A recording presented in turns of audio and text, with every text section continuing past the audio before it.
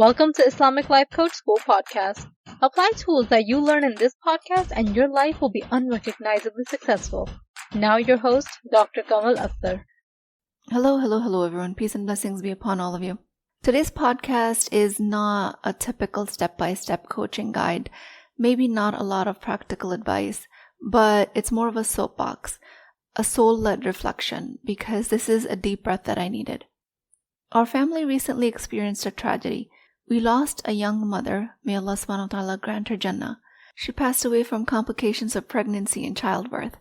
And in all of the moments that followed, I've been sitting with so many questions about womanhood, about sacrifice, about what we currently call strength, and what we ignore in the name of weakness.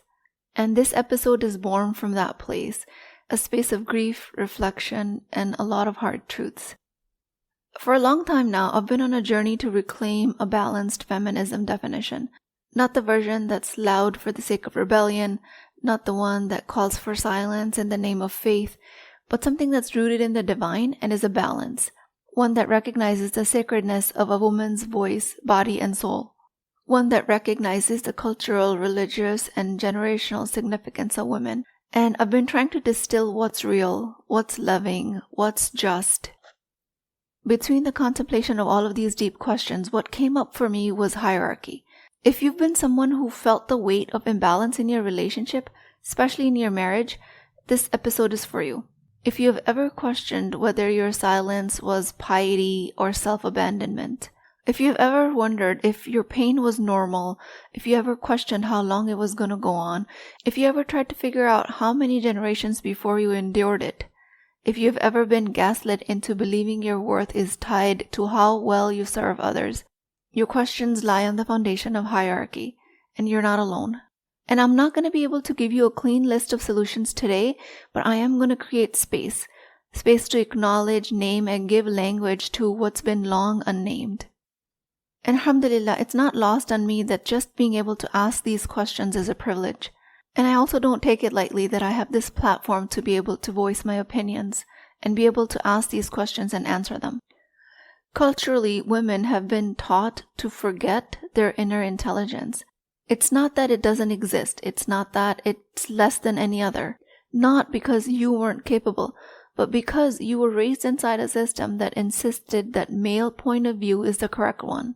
And the explanation of patriarchy that I'm providing right now is not directly linked to the recent tragedy that I described, but like I said, in the deep reflection of the questions that arose from the tragic death, I was called to shed light on hierarchy. So this is why I'm bringing up patriarchy now. So patriarchy itself didn't just take your opportunities, it stole your education, and not just the academic kind with degrees, diplomas, and exams, but the kind of education that teaches you who you really are through your own lens. The kind that includes spiritual knowledge, emotional literacy, an understanding of your rights as a Muslim woman that centers you, not just the men around you. And when you grow up without that kind of education, you don't even know what you're missing. You become disconnected from your own voice. You confuse silence with righteousness. You shrink yourself and you call it humility. You endure emotional pain and you call it sabr. And when you're unaware of your own power, you can't see your possibilities. You don't apply for the job. You don't leave the unsafe marriage. You don't speak in the masjid meeting. You don't challenge the injustice in your home. Not because you're weak, but because you've been trained to believe that you're not allowed to want any of these things.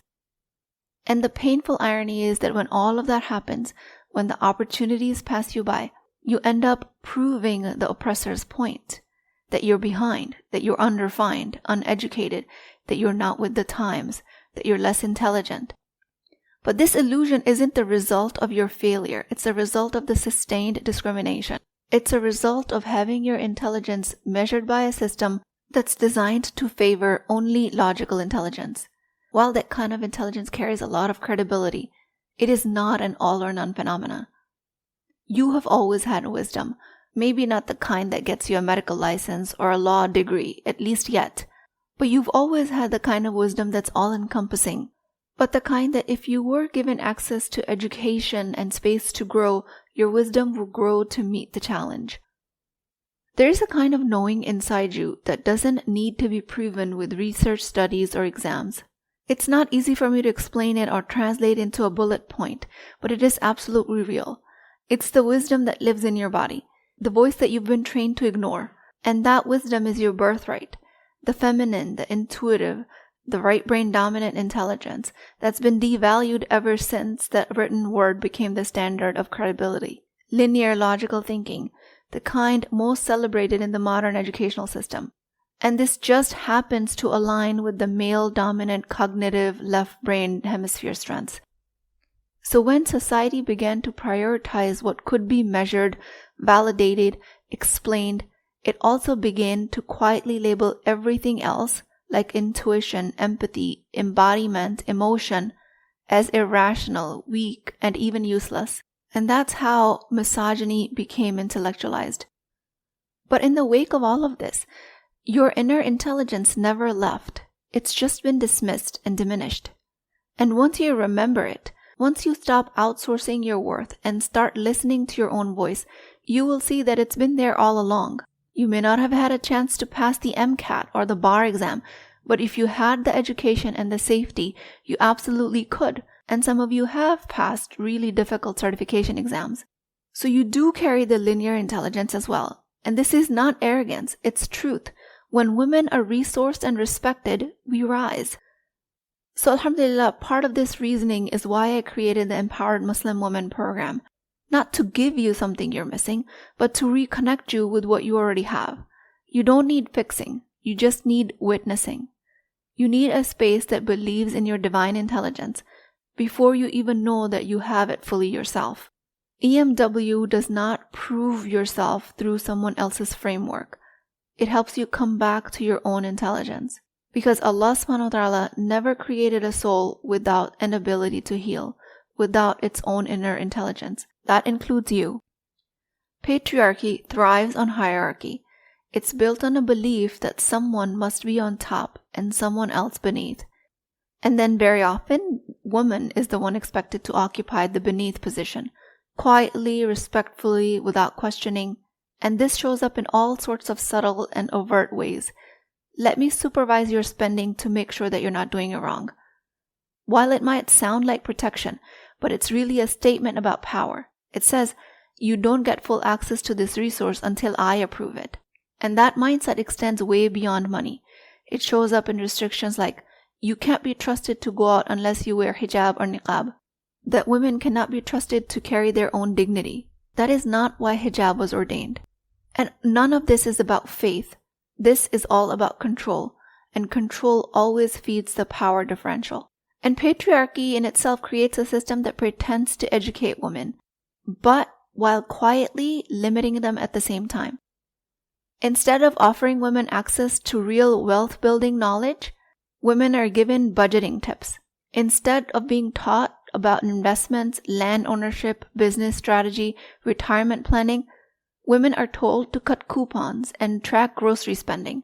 It's a deliberate downshifting of financial empowerment. And that's just one example. If you look around, you'll see dozens of normalized examples of unequal access to resources, all disguised as tradition, protection, and even piety.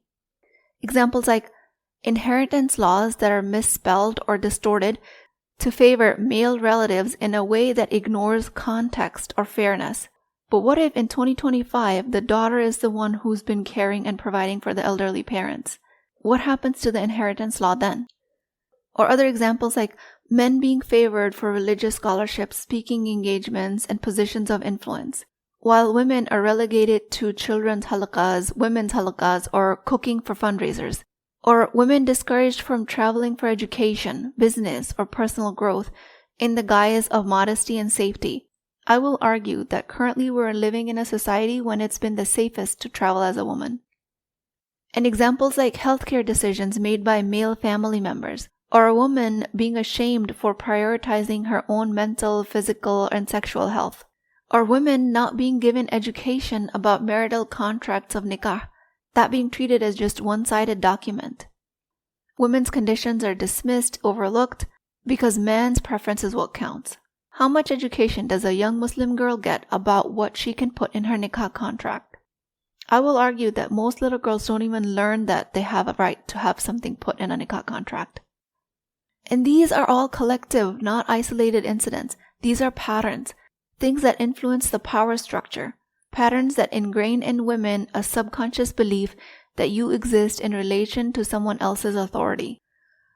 If you study Islam, you will know that relationships are not meant to be about hierarchy. Not in friendship, not in parenting, and especially not in a marriage. Marriage was designed to be a mutual agreement, a place of shared growth, shared decision-making, mutual benefit, and a source of peace above all. And in any relationship that thrives only when one person has the higher power while the other one submits, that's not a partnership, that's pure imbalance. So when you're told over and over again that your worth is connected to having successful relationships, that you're more valuable if you're married, more respected if you're partnered, more complete if you can bear and raise children, more and more you don't call out these types of cultural contexts, the more you start to believe that your worth is only intact when you're with someone. But the reality is your worth is 100% whole, with or without a man in your life. It is untouched whether you're married, divorced, never married. You're not less because you're a single parent. You're not more because you nurture children flawlessly. You're not more because you have a very high net worth. None of this adds or takes away from your worth. If you can't have children or haven't found the right spouse or not choose to do any of that, that does not take away from your divinely ordained value. The one that men also have, the one that is measured only on the basis of taqwa, belief in Allah subhanahu wa ta'ala, and nothing else. You are worthy because Allah created you worthy. No hierarchy can add to that. No relationship can validate it. No absence of a partner can subtract from it. The system may be unequal, but you are not. And these hierarchical power dynamics don't just happen. They settle into your life slowly, subtly, when you forget the balance and you trade it in for the belief that his way must be the right way, that the man's logic, his tone, his order, his decisions are more valid than yours. That's what patriarchy trains all of you to believe. And when you buy into that belief, even if a little bit, you unknowingly participate in your own disempowerment.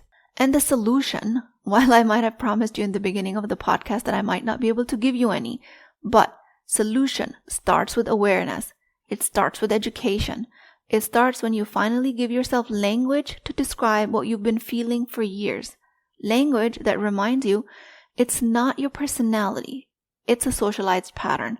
It's not just you being confused. It's a consequence of being raised in a world that devalues your kind of intelligence. So let me be clear about one thing. What I'm saying here is not the toxic brand of feminism that demands women to rise by tearing men down. I don't believe women need to burn men at the stake to reclaim their power. This is not what this is about.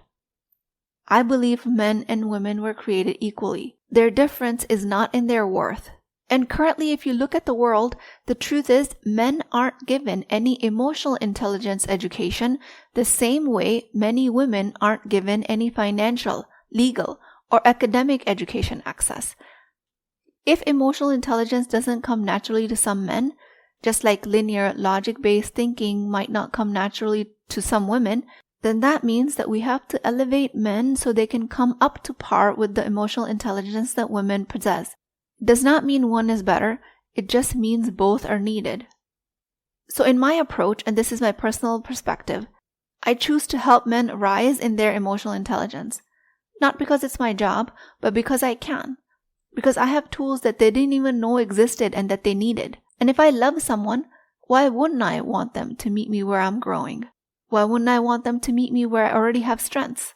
That being said, I also want to be clear that it is not your responsibility to educate someone who doesn't want to learn, especially if they don't see the problem, especially if his blind spots are hurting you. You're not obligated to hand out emotional development like charity work, but you are responsible for knowing this. If you ever want to stop giving your power away to a man who thinks he knows better, not just about his life but also your life, You have to start by knowing your own worth, deeply, viscerally, at a cellular level, so you can stand up against that injustice. Because if you truly don't believe there is no inherent difference in worth between a man and a woman, you will continue to keep handing over your decisions. You will defer to him whether or not you should work, whether or not you should go to school, whether you should marry inside or outside your family, whether to move across the world for a marriage or to stay near your family. You will hand over your power to a man in your life in name of tradition, in the name of peace, in the name of respect. But underneath all of this is an unspoken belief, which is, maybe he really knows better. That's the trap the patriarchy creates in your mind. So yes, you might feel stubborn, even defiant, about not wanting to educate men on emotional intelligence. And I totally get it. I totally respect that. This instinct is valid. It should be his responsibility to learn the skills he was never taught. He should care enough to grow, to stretch, to embody compassion instead of control, to lead by example rather than force. He should do the work to uncover his own blind spots and biases. So while I agree with this point of view wholeheartedly that it is his responsibility, you have to measure yourself with the same measuring stick. You have to hold yourself accountable for what is your responsibility. While you're holding him accountable for his blind spots, you must also hold yourself accountable for your own. Your job and your responsibility here is to actively learn what you were taught to ignore. You unlearn what's keeping you small. You stop passively absorbing the belief that someone else should lead because they know better. Your job is to wake up to your own mind, your own patterns, your own internalized hierarchy, and to create the change from the inside out. And yes, that is exactly why I coach. Not because I think you're broken, but because I know the system has trained you to forget how whole you already are. Coaching just happens to be the way I help women remember. But you're free to create your own transformation with whatever tools that speak to you. Read, reflect, create, speak, move, do embodiment exercises, journal. Whatever you do, do not wait, because your power is not pending someone else's growth. I do not coach to convince anyone of their worth, but I do work really hard to help them remember it. Power imbalance in relationships begins when women unconsciously accept the patriarchal belief that the man's way is the right way. This creates hierarchy, where his logic, his decisions, his control over your finances, his life choices are seen as more valid. True healing starts with just this awareness, giving your experience more language and reclaiming your worth, not by blaming men, not at all, but by recognizing your own blind spots and actively choosing change. While it's not your job to educate men who don't want to learn, it is your responsibility to know deeply and consistently that your worth is equal. It's your responsibility to know what your blind spots are and where you need growth and healing. No one is inherently more capable of decision making, leadership, or logic. When you believe that, you stop handing your power away. You become a conscious participant in your life, regardless of the system you were raised in. With that, I pray to Allah subhanahu wa ta'ala, Ya Allah, help me see my worth through your eyes alone, not through the lens of the culture, power, or fear. O Allah, anchor me in the truth that I was created with wisdom, with strength, with purpose. Protect me from beliefs that shrink me. Guide me to choose what honors my soul. Grant me the courage to hold my voice sacred and the humility to grow where I still cannot see. Ameen Ya Rabbal Alameen. Please keep me in your du'as. I will talk to you guys next time. If you're interested in getting coached by me, I'm offering a very affordable opportunity to do that with Wisdom Wednesdays. This is not a course, not a lecture. This is an opportunity for live coaching, real change with Islamic adab and etiquette. You do not need more information. You actually need a space to create change. At $19.99 a month, which is the price of takeout dinner, you as a Muslim woman will create confidence, intimacy, and connection without shame or fear of judgment, because your privacy is my highest priority. So join at www.islamiclifecoachschool.com, resources, Wisdom Wednesdays. I'll see you inside, inshallah.